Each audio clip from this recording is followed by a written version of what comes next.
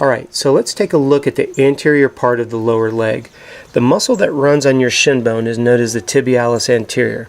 So when you bring the foot back, you'll see this muscle jump out. If you run a lot, cycle a lot, this muscle is going to be hyper developed.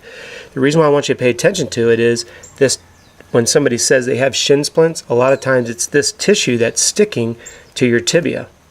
So what we want you to pay attention to is, I want you to notice how I come off of the side of the bone here. Just find that little square. Literally it goes flat and then it just curves over. This is your tibia. And what I want you to pay attention to is just take your thumb and run it up and down this border of the tibia. 9 out of 10 people will have some kind of stickiness in there, and that's what we're going to break down for you. The other thing is, I want you to notice where my thumb is going. This is on the outside of the tibia. So you can see the bone here with both of my fingers.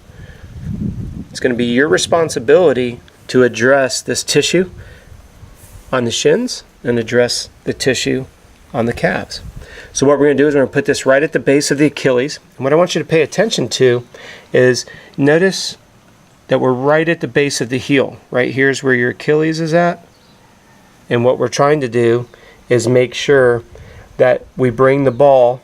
Now, when I talk about bringing the ball, let's talk about something really quick. All the tissue in the lower leg runs up and down.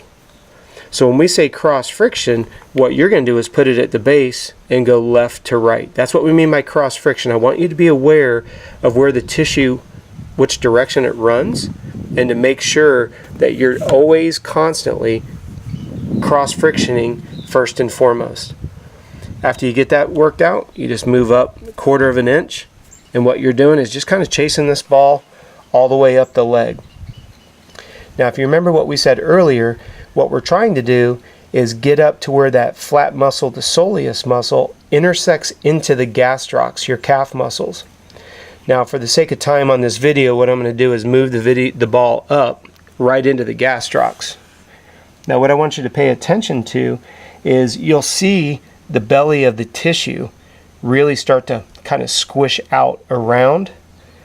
And when you do that, what you're doing is you're starting to get to where the soleus muscle comes up to the base of the gastrocs, your calf muscles, and you want to spend some time there.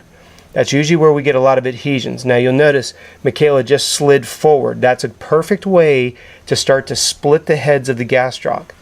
So whenever you hear me talking or referencing to splitting the gastrocs, that's exactly what we're doing. We're taking that lacrosse ball up in between the head. And what I want you to pay attention to is, we do not go all the way up to the back of the knee. We try to stay about 1 inch or 2 below the knee. There's a tissue back there called the popliteal that we do not want to aggravate. So this is what we mean by cross-frictioning the gastrocs left to right.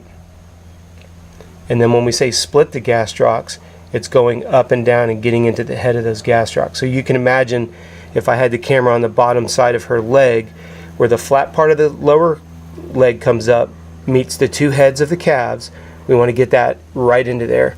Now, one thing I want you to pay attention to is, if we get a hot spot, what we're going to do is, we'd have Michaela pull her toes back, and then she would push them back away from her. And what that does is that deepens where the ball goes inside that soft tissue. If that still continues to hurt, just hang out for a while. If the pain gets over an 8 out of a 10, stop movement, just hang out. Remember, you're in a pain spasm pain cycle that we want to interrupt with direct pressure.